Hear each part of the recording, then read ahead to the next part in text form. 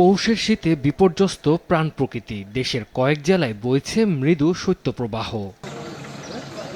ঘন কুয়াশা আর হিমেল হাওয়ায় জবুথবু সব বয়সী মানুষ খড়কুটো জ্বালিয়ে শীত নিবারণের চেষ্টা করছেন অনেকে। উত্তরের জেলা পঞ্চগড়ে ৩ দিন ধরে দেশের সর্বনিম্ন তাপমাত্রা রেকর্ড করা হয়েছে। জেলার উপর দিয়ে বইছে মৃদু থেকে মাঝারি শৈত্যপ্রবাহ। সর্বনিম্ন তাপমাত্রা রেকর্ড করা হয়েছে তেঁতুলিয়ায় ৭.৩ ডিগ্রি সেলসিয়াস। শীতের নাজেহাল উত্তরের জনপদ ঠাকুরগাঁও। দিনভর ঘন কুয়াশায় ঢাকা থাকছে পথঘাট। হিমবাতাস শীতের তীব্রতাকে আরও বাড়িয়েছে বহুগুণ। জীবিকার তাগিদে ঘর থেকে বের হলেও নিম্ন আয়ের মানুষদের মিলছে না কাজ। হাত পার অবস্থা খুবই খারাপ, এত শীতে আর আগের মতো এখনো পর্যন্ত ভাড়া নাই। সামাজিক বড় বড় যারা ধনী ব্যক্তি আছে তাদেরকে সকলেই সহযোগিতায় সাধারণ মানুষের উপকারে কিছুটা হতে পারে।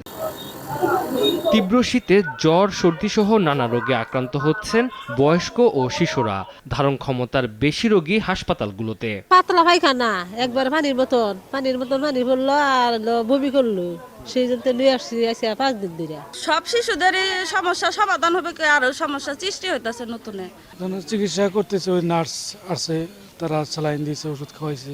বাচ্চার ডায়রিয়া হয়েছে, আমি 3 দিন যাবত এখানে আছি, তো আজকে মোটামুটি সুস্থ আছে। এদিকে তীব্র কুয়াশায় ফরিদপুরে ব্যাহত হচ্ছে পেঁয়াজের চাষাবাদ। এতে দুশ্চিন্তায় পড়েছেন কৃষকরা।